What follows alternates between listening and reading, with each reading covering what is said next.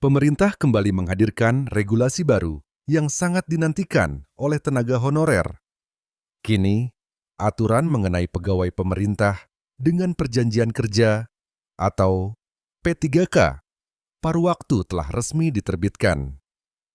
Regulasi ini memberikan kepastian hukum bagi tenaga honorer dalam sistem kepegawaian, termasuk ketentuan perjanjian kerja, hak, dan kewajiban yang harus dipenuhi. Lalu, apa saja poin penting dalam aturan ini? Simak penjelasannya berikut ini.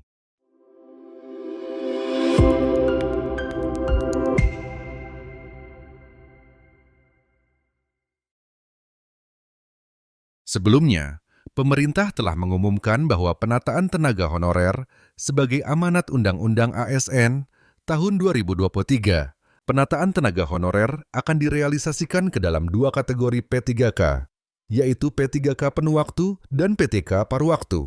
Tenaga honorer yang mampu menempati peringkat terbaik dalam seleksi dan memenuhi lowongan kebutuhan akan diangkat menjadi P3K penuh waktu. Sementara itu, tenaga honorer yang telah mengikuti seluruh tahapan seleksi namun tidak memenuhi lowongan kebutuhan akan diangkat menjadi P3K paruh waktu. Regulasi terkait dengan tenaga honorer yang diangkat menjadi P3K paruh waktu telah resmi diterbitkan di dalam Keputusan Menpan RB Nomor 16 Tahun 2025. Menurut Keputusan Menpan RB Nomor 16 Tahun 2025, status kepegawaian tenaga honorer yang diangkat menjadi P3K paruh waktu ditetapkan sebagai pegawai pada instansi pemerintah. Selain itu, tenaga honorer yang diangkat menjadi P3K paruh waktu juga tetap akan mendapatkan nomor induk pegawai NIP. Tenaga honorer yang diangkat menjadi P3K paruh waktu akan melaksanakan tugas jabatan sesuai dengan perjanjian kerja berdasarkan Keputusan Menpan RB Nomor 16 Tahun 2025.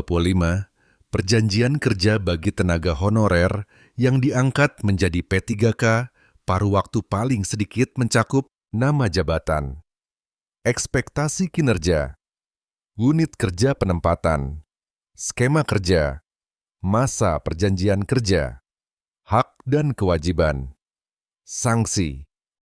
Menurut Keputusan Menpan RB Nomor 16 Tahun 2025, masa perjanjian kerja P3K paruh waktu ditetapkan setiap 1 tahun yang dituangkan dalam perjanjian kerja sampai dengan diangkat menjadi P3K. Kemudian terdapat evaluasi kinerja triwulan dan tahunan P3K paruh waktu yang dilakukan sesuai dengan capaian kinerja organisasi.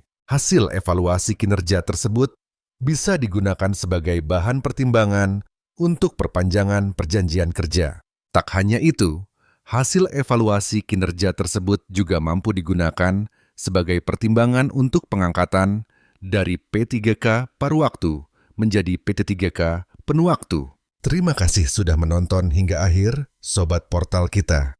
Jangan lupa like, share, dan subscribe untuk mendapatkan update terbaru seputar P3K dan ASN.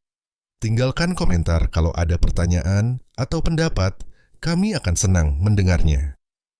Sampai jumpa di video berikutnya. Tetap semangat dan semoga sukses selalu.